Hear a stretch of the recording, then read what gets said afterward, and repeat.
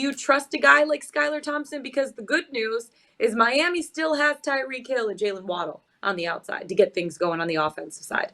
Do you think they can cover a point spread or even win straight up in this game and clinch a playoff berth? I don't know if I trust either one of these teams, given what I saw last week.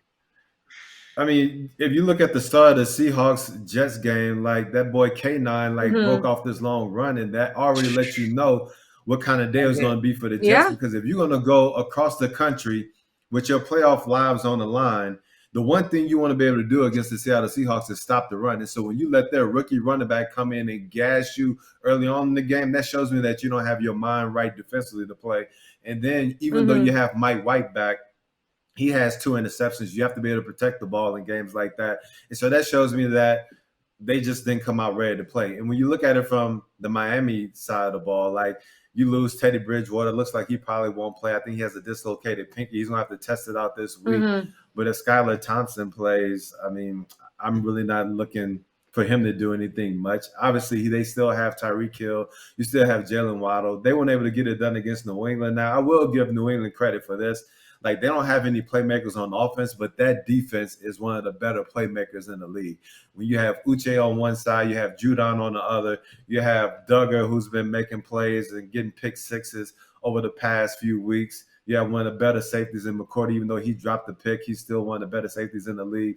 So I don't think you're going to get that kind of test from the Jets defense based off what they showed against the Seahawks. But if they come to play and do what they were showing the majority of the season, they can have that type of impact on the game. So if they do have that type of impact on the game, then I would expect the Jets to win this one. But do I trust either one of these teams?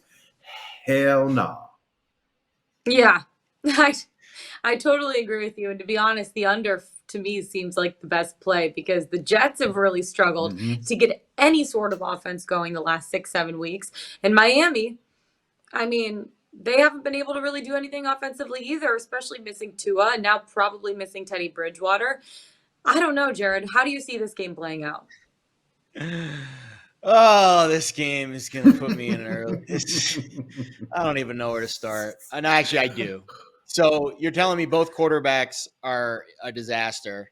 So where's this game going to be won, guys? Where are all in games the trenches, won? baby? There it is, baby.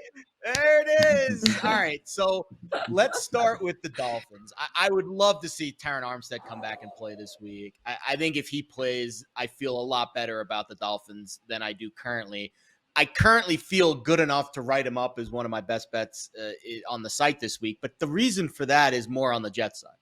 And when I look at the Jets side of the ball, the offensive line, I don't think they could have possibly played worse on Sunday. And they played a Seahawks defensive front that is a bottom 5 pressure rate team. And they allowed 24 pressures in that game.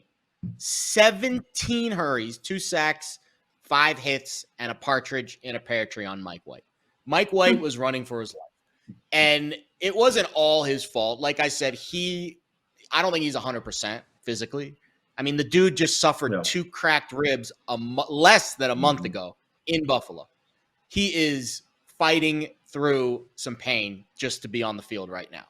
And he's clearly less than 100%. So the Jets can't block anybody. Their quarterback's hurt. Their running game is decimated. And now they're facing a Dolphins defense, which overall, bottom 10 defensive unit in efficiency. They've been gashed in the secondary this year. We've talked about Xavier and Howard having a down year and Byron Jones being hurt and the secondary being bad. But the one thing this Dolphins defense can do is get after you up front. They are a top 5 team in pass rush win rate. Jalen Phillips is having a fantastic season. 63 pressures, 9 sacks. He's been held in check the last 2 weeks against the Packers and the Patriots, 2 of the best offensive lines in football. He is not facing a good offensive line this week. On the other side, Christian Wilkins has been fantastic, and so has Melvin Ingram, combined 53 pressures and 12 sacks. So I don't see how the Jets get any sustained offense in this game, and I think Mike White is going to be under duress for the duration of it. On the other side, I don't know what we're going to get from Skylar Thompson. I know he's played a little bit this year. I know it's probably a better situation for him right now, knowing he's going to be the starter, as opposed to last week. And then when these 2 teams played a few weeks ago, when he was thrust into action during the game when Teddy got hurt. I don't think Teddy should play this week. I think they should give Skyler the full reps in practice. I think they should let him be the guy. And I think the offense would at least marginally be better than what we're going to see from the Jets. The Jets defense can absolutely wreck this game. Pick six, fumble, strip sack. But I think the Dolphins offensive line is playing a little bit better, especially if they get back Terron Armstead. Then they're a clear upgrade. And I just don't see how the Jets score a lot. If they only scored 6 points against Seattle's defense, I don't see them putting up a big number in this game. So I think this line opened 3.5 on Sunday, and it was steady Jets money up until today. Now it's at a pick 'em. I think a pick 'em is the low price for the Dolphins. I think that's where I'll buy in, and I think it's probably my best bet of the week because I can't bet the Jets after what I've seen over the last few weeks with them on offense.